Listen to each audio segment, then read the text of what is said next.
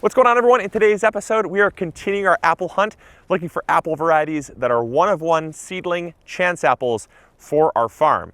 Now, in today's episode, we are going to come back to those trees that we marked on our map. If you haven't seen that video, go check it out. It is awesome. It's loads of fun. I highly recommend doing it yourself. But we are basically stopping at these trees now as we are getting ready to start taking cuttings, because we need to start collecting scionwood. And so this episode is all gonna be about how to collect scionwood, the best time, the best methods, and what to look for, and how to save your scions to get ready for grafting in the spring. Let's go. So the best time to go collecting your scionwood, whether it's from your own trees on your property and you just wanna propagate more of the same trees, or you wanna go find new ones, it requires you to collect the wood, the scionwood, during a dormant state. You want to go out when the trees are dormant and they're basically reserving their energy stores down in the roots of the tree. And that means the buds are going to be closed up, the buds are not going to be forming. All of that new potential life will have not yet happened yet. And so you want to go from, depending on where you're at, depending on where you live, for us here in Michigan, the best time to collect scionwood is from late January all the way through about mid-March. But here's the problem. If you get a week or two with above freezing temperatures and the weather warms up and you start to get what's called bud swell, that's where the bud tips start to want to open up, that is where you've lost your window. And that's why I prefer to do it sooner than later, because if stored correctly, scionwood can last 3 to 5 months in the fridge, cut away from the plant, completely on its own, stored in a Ziploc bag. It'll store 3 to 5 months. So why not do it sooner than later? Now, would I do it in November? Probably not in November. It's a long time to keep scionwood. The idea behind having scionwood is you want it to still have a lot of moisture in the stem. The more water it loses, the drier it gets, the higher the chance of it failing or not taking. Because again, remember, what we're going to do is we're going to take these cuttings and we're going to graft them onto a rootstock that we really don't care about at all. I wouldn't call it like a trash plant. It's just a type of apple that doesn't really have anything going for it other than the fact that it might be semi-dwarf, it might be more drought resistant, it might be more disease resistant, it might be heavier yielding. It might fruit sooner. There's a lot of different traits that a rootstock can provide, but it isn't necessarily going to give a nice apple. So we're taking a nice apple and grafting it onto a rootstock that isn't so nice, that's going to give us the traits we're looking for. So in my last video, I talked about how it's super important that you go out to ditches and windrows to try to find your apples. And the reason why it's so important that you do that is because of what's going on here. So many times power companies or land developers will come and they will completely clear out these ditches and windrows to make room for power lines or land developments. And it's really sad because this right here, this ditch row, this potentially could have had 2 or 3 apples growing in it that they don't even know. They don't know what they're destroying when they go through there with their land clearing machinery. And the unfortunate reality is that's why so many varieties have slowly been lost over time, is you have all these amazing varieties, but there just isn't, to someone that doesn't really care about it, it's just another tree. So really it doesn't matter that there's cultural significance, maybe genetic importance, it just doesn't matter. And that's a very clear example. That is just, they're just making way for, DTE is just, they're doing their job to make sure that people have utilities, which I can't blame them, but that's why we're getting out here and doing what we can do to find these amazing varieties, to graft them and preserve them at our farm where, we can coexist peacefully. DTE can do their thing and we still have a genetic clone on our farm living peacefully and happily being an apple. Okay, so what we're looking for is we're looking to capture last year's new growth. Now you can do that one of 2 ways. You can either go right into the tree and find what's called a water sprout, or you can go and you can pull down a branch. You can pull and you can try to get a branch. Thing is, on a lot of these old trees, like this is a very old tree. It's growing in a windrow here. You'll see this was 3rd year growth, 2nd year growth, and you can tell because there's a little bit of a scab there. That scab is what formed the new growth. It got terminated And so that new growth formed. Now this is that new growth. This is gonna be very vigorous. It's gonna produce growth very fast. And if you were to take a cutting, that is all you'd be able to graft right there. You take that, you'd cut that off on like a 45-degree angle, maybe more than that. You'd cut that off like that, and then you'd put that into the rootstock, which would then be able to grow. So that's what we'd be collecting.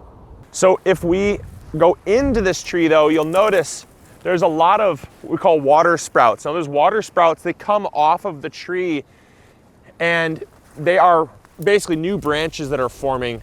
And these are great because these are no longer on, these are not on old branches. Now these are not going to be quite as vigorous because there's a growth hormone called auxin, and an auxin basically is what causes it to grow up.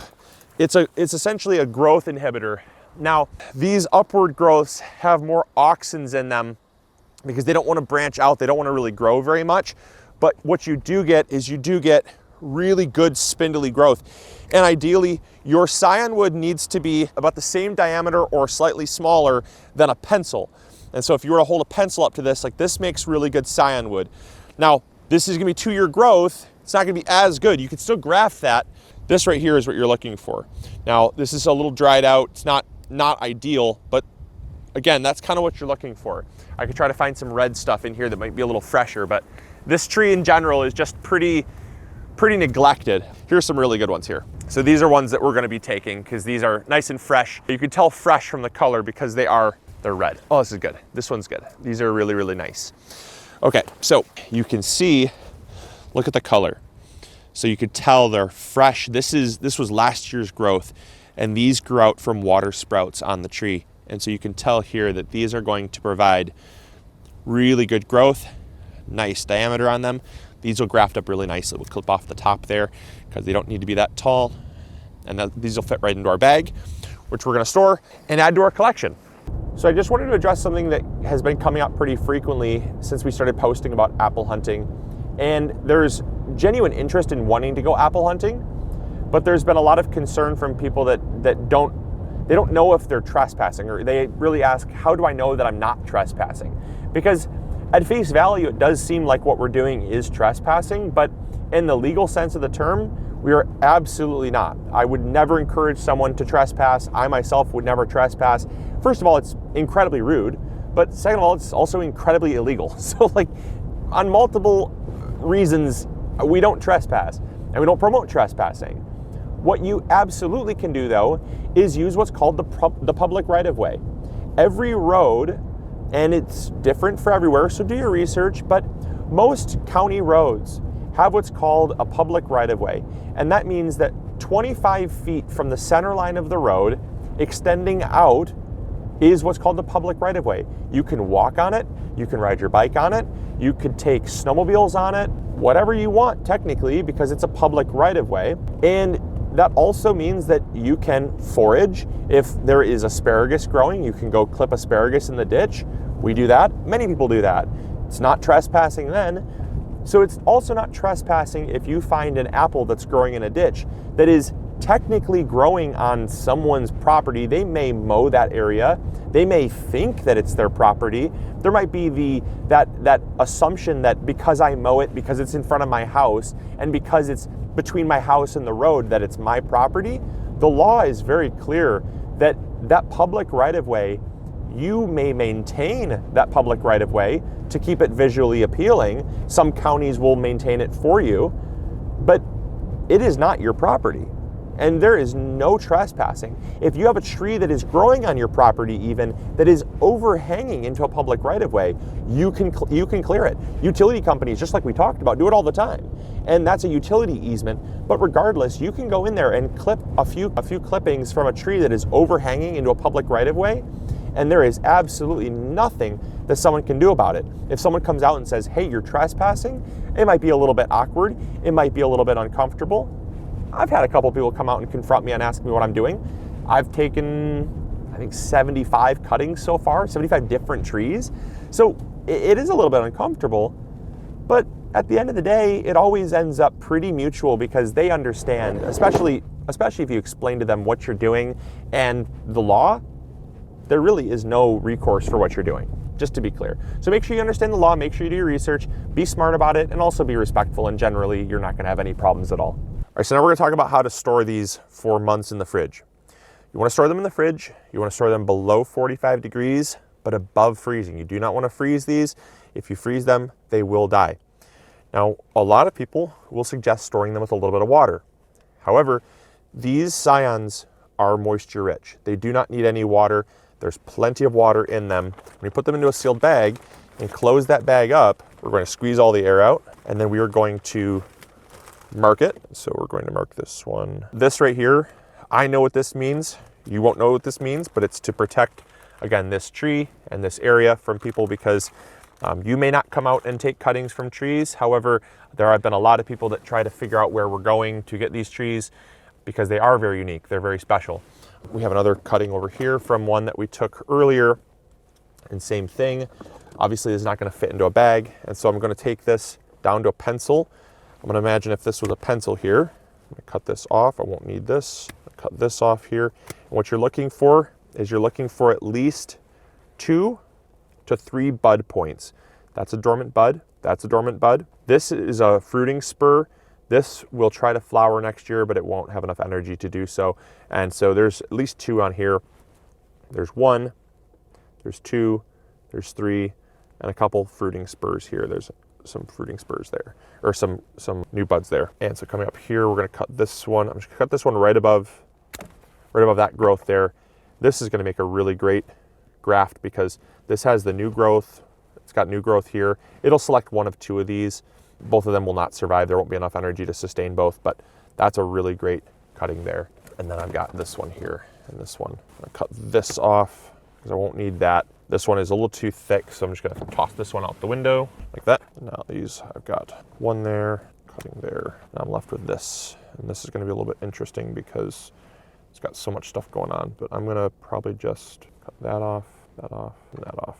And we'll save these to graft. Put these in a bag as well. And we're going to follow up in about a month.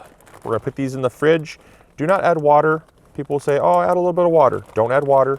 You're gonna have mold. You're going to have problems. If you add water, it's going to be a big deal, a big problem. So don't add water.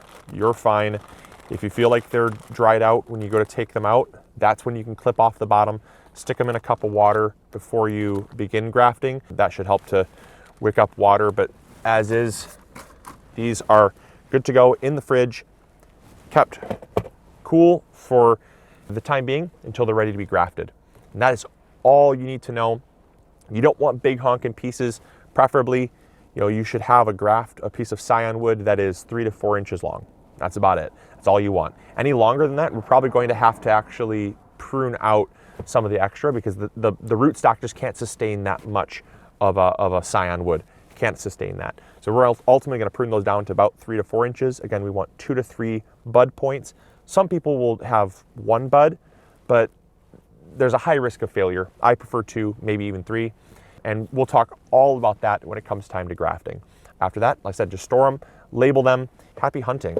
So I hope you all enjoyed. I hope you all learned something new. If you've been enjoying this series, please let me know in the comments box down below. I am truthfully looking forward to the most grafting these onto our rootstocks. We have 600 rootstocks coming from a local nursery. It's gonna be a lot of work, but it's also gonna be a lot of fun. And I hope you guys are around for the journey. So if you have not yet subscribed, make sure you do that. Subscribe down below so you're notified whenever we upload a video. Like this video if you did enjoy. And as always, we'll catch you all on the next episode. Grow bigger. Take care. Bye. Hey, thank you so much for watching today's video. I really appreciate it. If you enjoyed, consider clicking this one. You'll probably enjoy it just as much. I want to thank you for your viewership, because without it, this channel would not be as amazing as it is. Also, if you haven't subscribed, consider subscribing. It's free, and we upload videos every Monday, Wednesday, or Friday. We also have vegetable seeds, fertilizer, or tools. If you need any of those, consider visiting MIgardener.com. Links will be in the description box below. We've got you covered. And as always, we'll see you all in the garden. Take care.